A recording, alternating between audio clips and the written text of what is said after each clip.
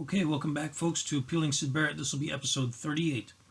In this episode, I want to attack a fairly simple sounding song titled Milky Way. Now, this song was released on the Opal album in 1988, and that is much later than Mr. Barrett's solo material that was released in the early 70s. And you have to kind of wonder why a song like this wasn't released earlier. It certainly does have kind of a nice sound to it. It seems like a positive song. And frankly, it's more commercially viable, in my opinion, than some songs that were on the Barrett and the Madcap Laughs album. Songs like Maisie and Rats, which I feel are kind of negative songs for some reason. They have a negative feel to them. But this song definitely seems like a more upbeat and positive song. Now, I want to play a game with you for this episode. What I would like to do is I'm going to try to give you a lyric video. I would like you to watch it. I would like you to write down your thoughts on this song. What is this song about? What is the artist, Mr. Barrett, trying to deliver? How can you interpret this song? Do you think it has some form of theme or a couple of themes within it that seem to be somewhat tied together? And then we're going to break down the song. I have to admit that my understanding of the song changed over time. The way that I viewed the song the first few times I heard it was that it was a nice song, but it didn't have much going on. So let's go ahead, write down those thoughts and ideas that you may have. And I also will give you an article to read by Mojo for Music. .com, and it's February 2011, and it specifically discusses an interview with Iggy. And this is important. I'm only bringing up Iggy's name because it's essential to the article. She basically was Mr. Barrett's girlfriend for a time, apparently. And she has a number of very revealing things in that article. So I would like you to read through that article. It'll only take maybe 2 minutes. It's not a really long article. I would say 2 to 4 minutes to read through that article. I will give a link here for someone who has reposted it. I don't know if they'll still be up, but I've given you enough information, I would assume, for you to be able to find that article. Check it out, read through it. I'm going to connect some of this material. That's a contextual element to try and understand our work element of Milky Way. And then we will go ahead and come back and kind of dissect the song, dissect some themes that might seem to be running through the song, and we're going to ask a number of questions about not only this song but also about Mr. Barrett, his associations, and some previous preconceptions perhaps that a lot of people might have had. And I think hopefully in this episode we're going to break down some things that people may have assumed to know. So come on back. It's about 3.5 minutes in. Check back in, and then we'll start breaking down the song.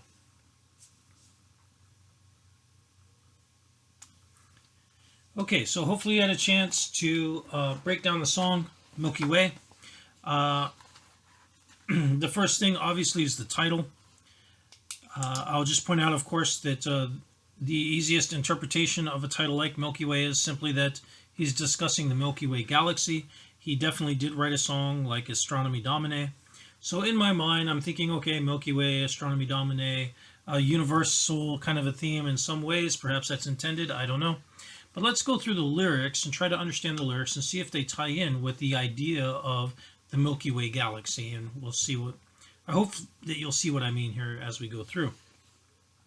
It does appear to me now that Mr. Barrett may be trying to do three things all simultaneously. So the first line is kind of, what did you say today when you're in the Milky Way? So, of course, everyone's always in the Milky Way galaxy. We're always in the Milky Way galaxy. He says, tell me please to give a squeeze. Okay, interesting. Why would you give someone a squeeze because they're in the Milky Way? I don't know. The next bit mentions if he met you, he told her what to do, and it seems a while since he could smile at the way you do. Now, I'll just point out that the idea of smiling means a lot to some people. It has certain connotations to it, of course. Being able to smile denotes a certain form of either happiness or perhaps innocence. And famously, of course, Mr. Cobain wrote a song called Dumb, where people People think he's dumb, but maybe he's just happy. So the idea of being dumb and happy is kind of caught up in that idea of not necessarily being dumb, but being inexperienced to the nuance and difficulties of life. So you're more easily able to smile. So it would perhaps seem that he's talking about telling someone what to do, and this person is able to smile the way that he used to be able to smile, which appears to indicate that that person is either young or has captured something of youth or has captured something in their philosophy that perhaps is missing. So that's just one possibility. I'll just throw that out there. Okay, the next verse starts off with how many times, and try he may, that you're in the Milky Way. Okay. Now, here's our first kind of a clue. Half of your time is beside him, and it's only atmosphere. All right. So why would someone only spend half of their time with them?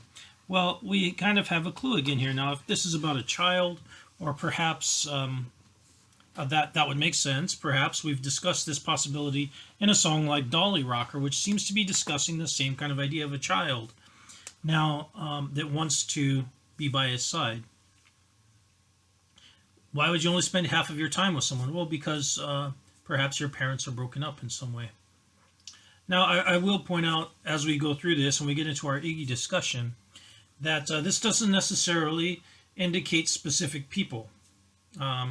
I know people will want to say, aha, this seems to point to another child reference by Mr. Barrett. Perhaps he actually had a child. I don't know. Perhaps he actually did. I just want to point out that there's no way of knowing if people don't want to come out and say, whose child is whose. And they often have very good reasons not to do so. And we've discussed that quite a bit. So, in my opinion, this is not something that's ever knowable, even if we do kind of decide maybe this song is about having a child. So let's continue on. Singular, raised by heats and wet, seems a while. Okay, so there's the heat and wet, or the steam reference that we just kind of discussed in a song like If It's In You, and it's in a couple of other songs by Mr. Barrett as well. Again, the reference to being able to smile the way that they do. Now, the next odd line is, what can anyone mean to you when you're standing in the Milky Way? Quite an interesting thing to say. The idea that perhaps individuals no longer really mean that much to you, that you're above it all because you're in the Milky Way. All right. Take life easy. So easy. Why so empty? Okay. So why would you take life easy? Well, if you've gone through the process of childbirth, obviously, you may in fact be in the easy way. In other words, relaxing, taking it easy, enjoying life. You've gone through the difficult part of childbirth, and now you're able to just kind of take it easy and concentrate on being at one with a newborn child. Interesting, perhaps, reference. So then he says, if he can tell you, I told you what to do and hold you, say that I love you, feel that I'm the way you do. Okay, now here's our next line, and this is a really big one. The last verse starts with the line, give a gasp of life today. Now, giving a gasp of life is exactly what you do when you give birth. So now let's go back to the beginning, and let's discuss kind of what may be going on here. Now, the very first bit now perhaps makes sense. You say, what did you say when you're in the Milky Way? Perhaps the person isn't able to talk properly, or perhaps they're discussing things that they're in the Milky Way or in the Milky Way of mind. And of course, we've mentioned that Mr. Barrett uses way like the Taoist idea of the way, as in a path that you're walking or a life that you're living. That is the way. So the Milky Way, of course, appears to be a reference to the idea of breastfeeding or lactating. This would be a metaphor. It would perhaps be well beyond what most people would consider to be the meaning of this song. And of course, it could also be referencing the idea of not only being in the Milky Way, of delivering milk and breastfeeding, but also feeling at one with the universe, or the Milky Way in general, the universe, the great galaxy that we're all in. Quite an interesting thing to think about, and I will point out, of course, that this is something that we've discussed Mr. Barrett likes to do. He likes to simultaneously attack things from different angles, and so perhaps he's doing that in this song.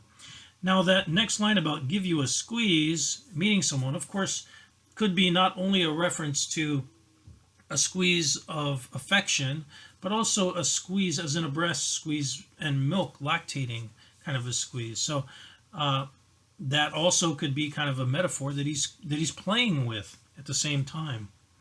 So let's go back down to the last verse real quick. And try to please, knock on wood of the trees. Okay, I don't understand the nature of knock on wood of trees. I think that might be a kind of a fairy reference. Personally, he's done that before. And glad you, mold you and hold you.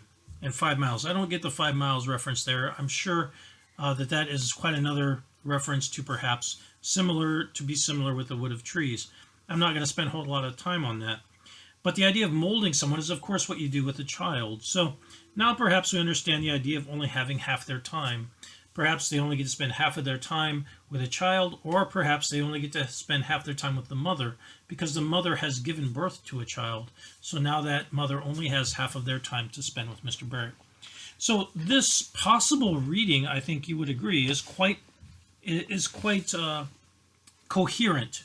It is cohesive. It ties together the ideas, the double metaphor of this song, not only the galaxy on the exterior, but the galaxy within people kind of being attached to one another, and also the idea of being pregnant and giving birth, which is something, of course, we all used to go through that process of being born, and then, of course, if a child wasn't breastfed before, they would die. It's a necessary part of life. Now, of course, that isn't necessary. They have formula for children and whatnot, but perhaps that reference to feeling together, feeling at one with humanity, and at the same time being dependent upon it.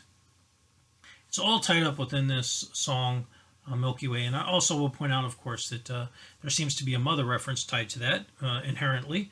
And of course, Mr. Barrett also has been struggling with the idea of being young and dependent upon a mother. So that has been in a number of songs like Matilda Mother. So this does fit many of the themes and ideas and verbal techniques that Mr. Barrett has discussed or used in the past. I'm sorry I haven't really gone through to break this down with alliteration. There's not a whole lot of alliteration, and the format is very free form. There is some rhyming going on, but I don't think it's exceptional. The exceptional thing is in the metaphor of the song itself, in my opinion. Okay, so let's discuss a few things here real quick, and a few things that I think are worth noting. The first is that our discussion on Iggy. So let's discuss Iggy's interview. Now, there are a few things that I kind of took notes on with Iggy's interview, and I hope you did as well. And there are a few things that she said that are very, very interesting. So let's kind of run through them quite quickly. So the first is that Iggy was with Mr. Barrett for a while, and that this was prior to him kind of putting out his, I'm not sure if it's both solo albums or if it's just one. At any rate, he had not released the album Barrett yet, to my understanding. So she has spent quite some time with him, and she mentions going out clubbing with some people that are kind of poser bands, and that somebody asked them to put See Emily Play on, and so the DJ played that, and then the dance floor kind of cleared, and that Mr. Barrett took that badly. Quite understandable, I think. So perhaps he's embarrassed of the fact that his music has grown old. I don't know. Perhaps he didn't want to be recognized. There are many reasons why he might just choose to kind of disappear at that point in time. But at any rate, it is an interesting story from her point of view. Now, the next thing that I find quite interesting is that she specifically discusses how people kind of point out that he's some kind of oddball that's kind of weird and does all these and has this kind of a dark side. And she specifically says she never saw any of that. He was very normal, and their time together was quite happy. And the only odd thing, and she specifically notes this, is that perhaps she was feeling down or something, and he asked if she was sad, and then he painted parts of her body, which included an allusion to her becoming pregnant, and then asked her if she wanted to have a child. The implication is, of course, that he would give her a child. Now, there are a number of reasons why that's odd, I'll just put it like that. A number of reasons why it's odd, but it might fit Mr. Barrett's character, as we've noted. The first is, of course, that they're not married. And we've noted that in a number of songs, it appears that Mr. Barrett is consistently using the term bride and not wife. So this may be an indication that he is willing to go into very deep relationships with people without getting married for some reason. Perhaps he does not believe in the institution itself, the formal institution of marriage, which may explain a lot of things in his life. And I'll also point out the song where he specifically mentions hiding your hand because we're not the same, implying, of course, that that person is married, and so they're not the same because he's not. The other reason why that may be important, of course, is that as we mentioned, Mr. Barrett may actually be engaging in similar relationships with other people. So everyone always wants to point out certain relationships with Mr. Barrett, and I'll just say this kind of on the side, that he may have had a number of dalliances that could have resulted in children. So there's really no way of knowing who those people might be unless they feel comfortable in coming forward and discussing such things. Now, the idea of painting certain parts of her body and the idea of this song, Milky Way, may be repugnant to some people, or they may consider it even odd. And I will point out that, in my opinion, if you're in tune with life in general and you're in tune with your own life and the mystery and the wonder of pregnancy and the mystery and wonder of childbirth and a female mother figure raising a child, it really is very wonderful, a wonderful thing to be a part of. And obviously I'm a man, so I can't directly do that. So I only can experience that indirectly, except for, when I was a child myself.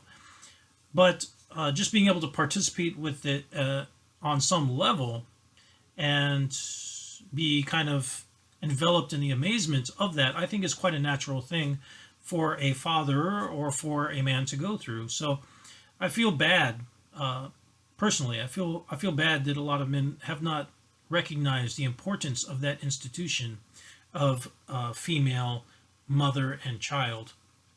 It appears that Mr. Barrett does consider that. And I would also like to point out, of course, a man like Kurt Cobain, who puts out an album like In Utero, obviously is considering these same kinds of ideas.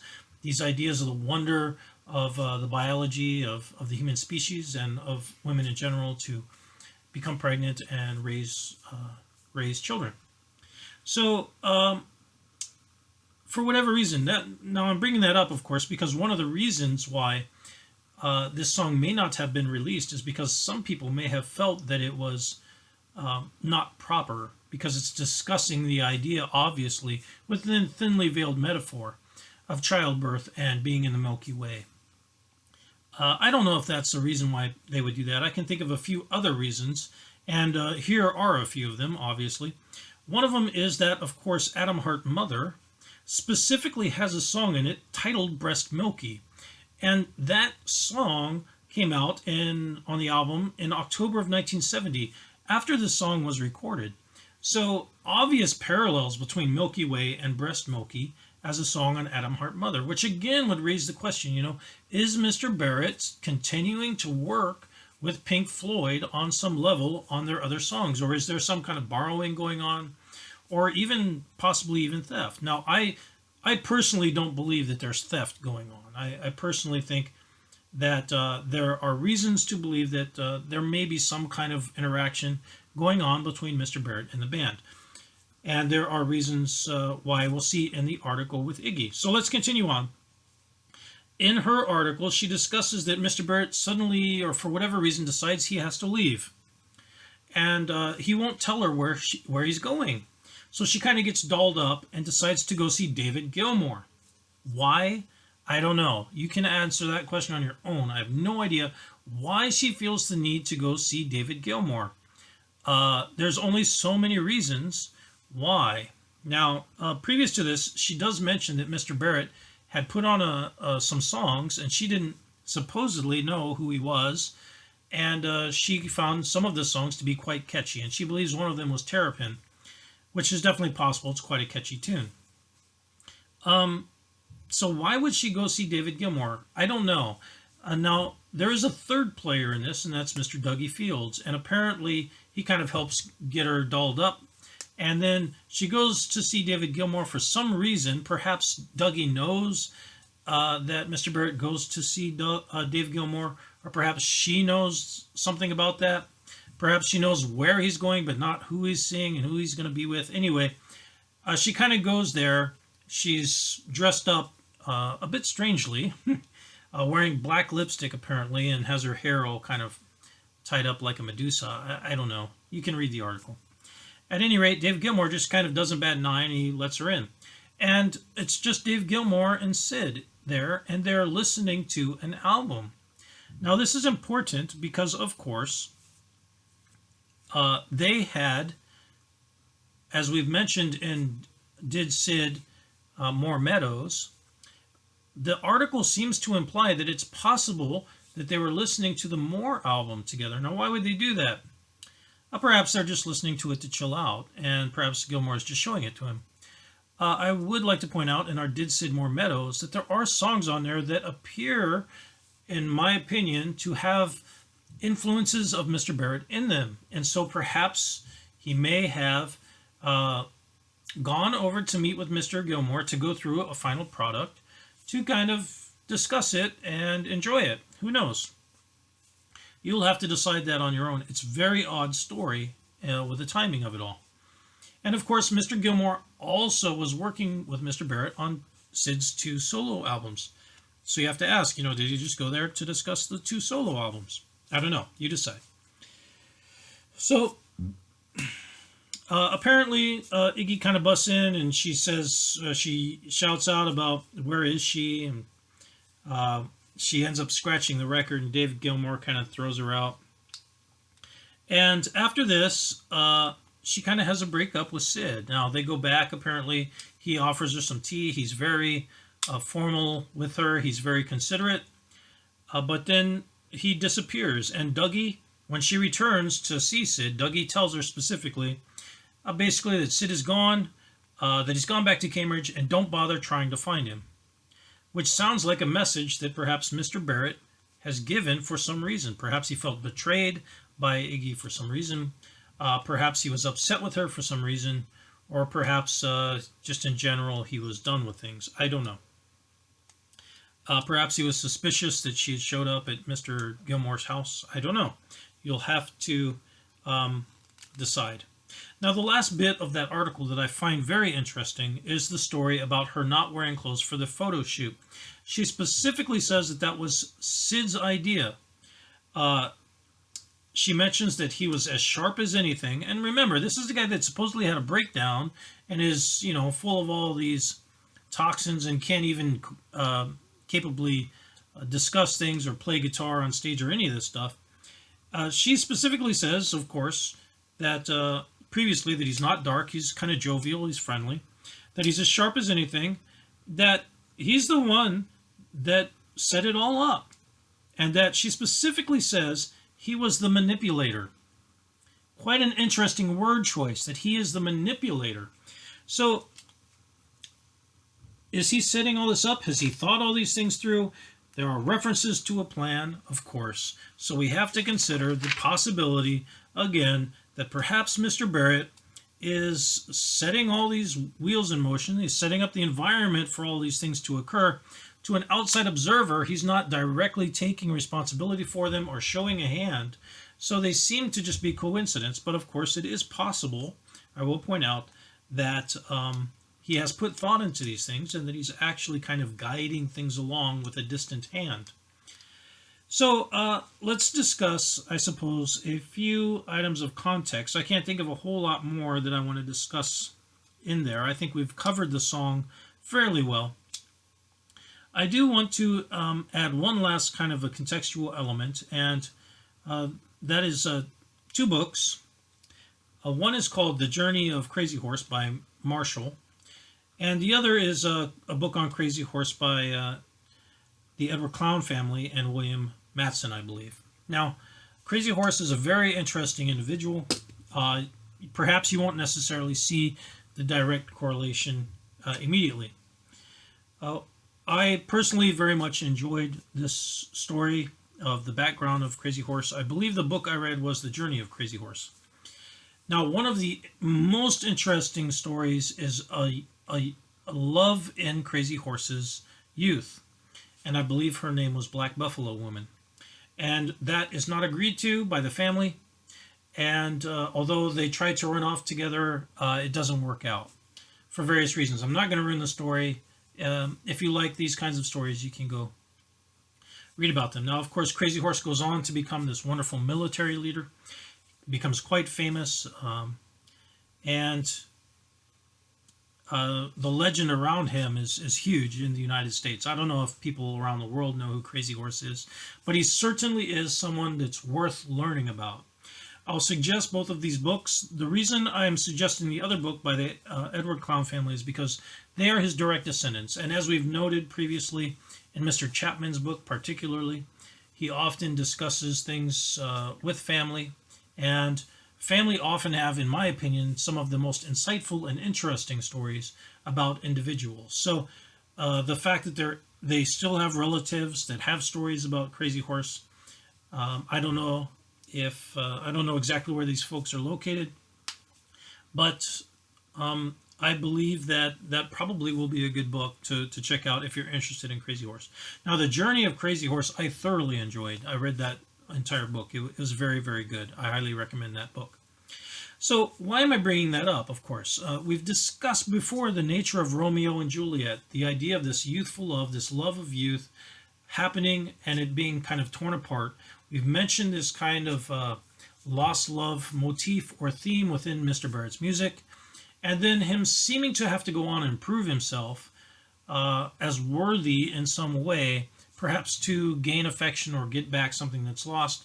Very similar to, in many ways, the story of Crazy Horse, in my opinion. And of course, very similar to the story of many young men that are not titled, that do not have money, and for some reason are not fully respected, even though they are often young men of capability. And perhaps young women recognize that quality in them, but the rest of society or the rest of their own family don't value it or don't also see it, although they do. So quite a sad story, actually, that it's happened quite often. I will point out, though, that as I've gone through this process, and in the Did Syd series, I'm going to continue on with this, that although there do seem to be negative aspects to this, I'm beginning to suspect that Mr. Barrett found a way to kind of make things work, and perhaps was eventually quite satisfied, I hope, with his life. So let's continue on then. I just want to finish on one last kind of an idea, and I guess I should kind of call out real quick the idea of perhaps people being uncomfortable with the idea of this being a song about perhaps being about breastfeeding or lactating in general, and I think that's quite wrong because in truth, for a number of people, that's one of the times where they fully feel at one with being a part of humanity. And of course, they've gone through this difficult process. They have a young life. Many people look forward to that for most of their young adult and childhood lives. And if people are going to kind of disdain that and look down on it, and in some ways, I think, steal that happiness, it's disconcerting and it's unfair. I've mentioned before that I used to be a surfer. I used to surf a lot, and there would be people that would lay out on the beach and they would be nude, even though a lot of the beaches that I surfed at were not nude beaches. So I would sometimes go surfing with friends, and then they would kind of look at people and they would be offended, and I didn't really get it. and partially it's because I never really looked at the beach anyway. I was surfing, so I would always look out at the water. Obviously, you have to paddle in at some point in time and go rinse off and then leave, but you don't have to look at people. And of course, I was surfing. When I was surfing, it was in Hawaii, and one of the things that you're taught in Hawaii is not to turn your back to the ocean. Not only because it's dangerous, but also because it's disrespectful to the ocean. So I never really paid much attention to people that were kind of laying out, and I feel that that's true in many things. People should be able to live their lives the way that they want, unless they're kind of pushing it on you. I'm not going to take offense to it. So the idea of, for example, a woman that's breastfeeding in public, I don't understand why people take offense to that. Personally, just my opinion. You don't have to look at it if you don't want to look at it. Don't. Why interfere with that situation, that that moment of happiness, that really is in many ways one of the most important and holy moments within a person's life, a connection with their mother and a connection with the universe and a connection with life in all forms. I don't understand it. So one thing I did notice when I came back from Japan, I grew up when I was a teenager, I was in Japan, was that there was a lot of violence on television. I can recall two things. One was there was a woman being raped on like a pinball machine, and that was absolutely disgusting to me. That would never be shown on Japanese television. And there was a woman that was crawling across a floor after being shot by some guy, and there was just blood everywhere. And they're screaming and all this, and I turned off the TV immediately. And I thought to myself, how twisted is this world that they won't show a woman's breastfeeding, but they show this. This is more acceptable. People shooting each other, people murdering each other, and raping each other. That can be shown on television. But the incredibly natural process of a woman being with a child and breastfeeding is scandalous in some way. I don't understand it. To this day, I don't understand it. At any rate, I'm trying to explain that this song may be about that wonderment and being at one with the universe and with what is kind of natural and normal and uplifting to some people. Obviously, not all people want to have children, but for people that do want to have children and want to have that connection, it's very difficult to explain away the value of that and how strange it is to see that other people seem to be more comfortable with extremely negative things when this is something that, in my opinion anyway, is something very positive. I don't understand it. So I've kind of blabbered quite a bit. I will point out that we do have some new people that have subscribed. If you've recently subscribed, thank you very much. I have 2 new comments, 2 new people that are commenting. One of them is Steve, and he's mentioned the nature of the artist and perhaps a desire to only be part of smaller venues because you feel a connection with things and not selling out to these huge stadiums where you don't have a connection. You're just playing the same song over and over again. You don't have a feel. I can't say that I could agree with someone more, because I totally agree with what you said, Steve. And I don't know if folks have played guitar or sung that are listening, but one of the most irritating things is when you are playing or singing and people don't even hear you. They're just talking and ignoring you. If they're there for you, I mean, there are times when it's just kind of a sideshow.